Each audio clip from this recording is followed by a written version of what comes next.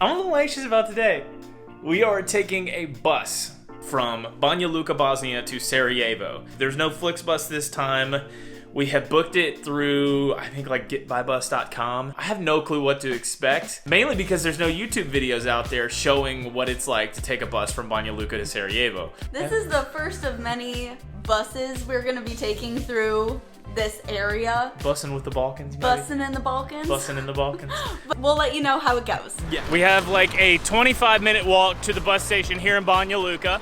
Then we'll wait for probably like an hour and a half until our bus is ready to go. Our checkout time at the Airbnb was at 11 a.m. One really nice thing about where we were staying is we were really close to the center of town. One bad thing about where we were staying is we're not really super close to the bus station. You can fly out of Banja Luka, but it'll only really take you to like a few destinations a few times a week. And we wanted to see more Bosnia. So really hope that A, the bus comes, because we've not been to the bus station and we bought this off of like a third-party website. But B, it has air conditioning. I think I'll be happy ultimately as long as we arrive in Sarajevo tonight. But air conditioning would be really nice. So I know I mentioned it earlier, but we've got an hour and a half wait here at the bus station in Banja Luka, and then we're gonna take a 2-hour bus to Donji Vakuf, where we will have an hour and a half wait there before taking a bus to Sarajevo. Wanted to rent a car because it's only like a 3.5-hour drive from Banja Luka to Sarajevo, but it was so expensive, and today is only gonna cost us around $50. But I do wish we had been able to drive. We just couldn't swing it, so we're doing the long way.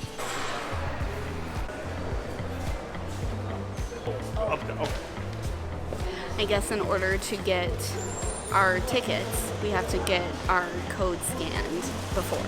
So, this is the first step. 3 mark? Oh. We paid again for our tickets. I guess weirdly enough, it's like a fee if you show up to actually get your bus. It was only 3 marks, which is like $1.50. So very affordable, very cheap, but in order to print your tickets, it's not just printing at home, it's printing when you get here too.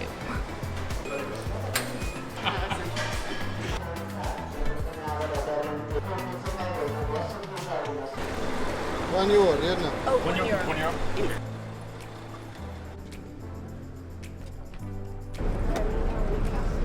So they won't fit up here. That was a little bit stressful, but we made it onto the bus. Bit of a language barrier, but we figured it out, and we have air conditioning too. It's not the strongest, but it is air conditioning, and we will take it. Yeah.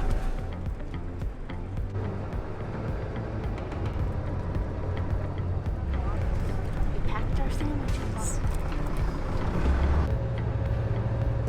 I wonder what Hannah would say if I could go back to 2019 when I proposed to her.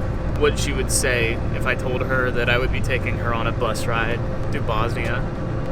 It's probably never something she thought she'd do or ever do with me, but marriage is cool like that, I guess. This bus ride's only 2 hours, so I'll probably throw in headphones and listen to a podcast and just stare out the window because it's one of the more beautiful drives I think I've ever been on.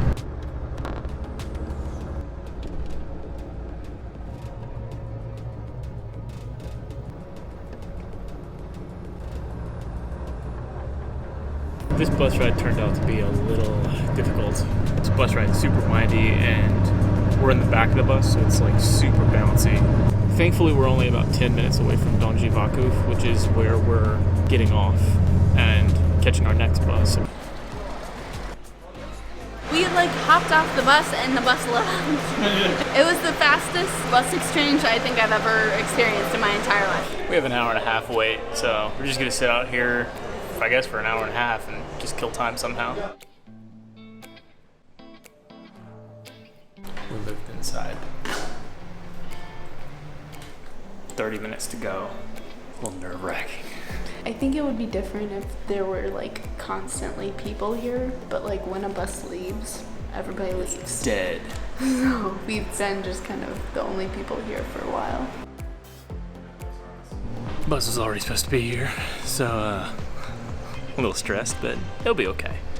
I got faith that it's gonna show up in the next couple minutes. If it doesn't, then I have no idea what to do, but we'll figure it out. So I talked to the guy inside and he said we had to wait 10 more minutes, so I think he just thinks we're impatient.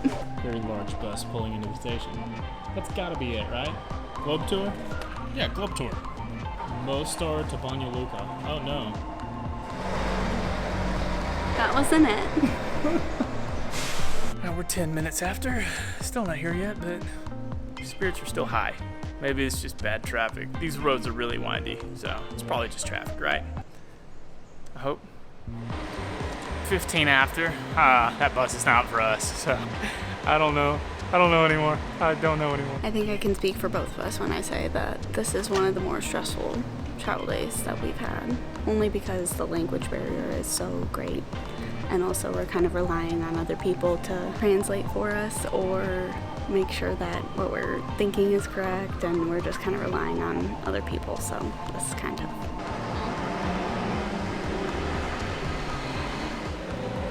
Fifth bus just pulled up and it's not ours, so we're about 45 minutes behind schedule.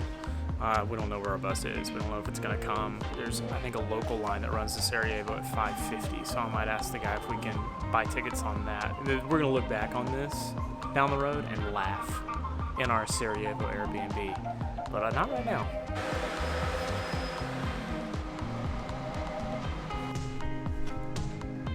Well, it's officially an hour after we were supposed to get picked up by the bus. So we're gonna ask the gentleman if he'll be able to sell us 2 tickets to get us to Sarajevo.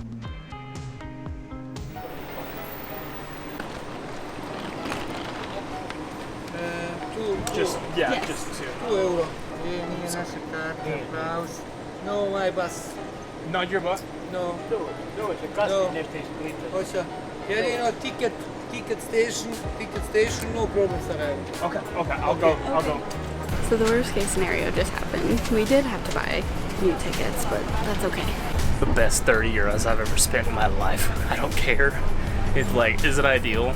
I was so ready to not be there anymore. The fact that we're headed to Sarajevo is what matters. We'll try and get our refund back. For now, we're just glad to be on the road.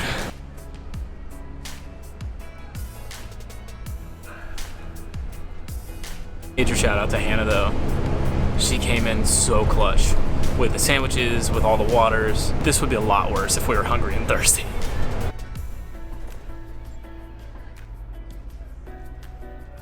I am very happy to be on this bus though. We anticipated that this would be a longer series. When we had the car for the UK road trip, it was kind of on our terms. Like I said earlier, we're kind of at the will of public transportation, which makes things a little bit more interesting.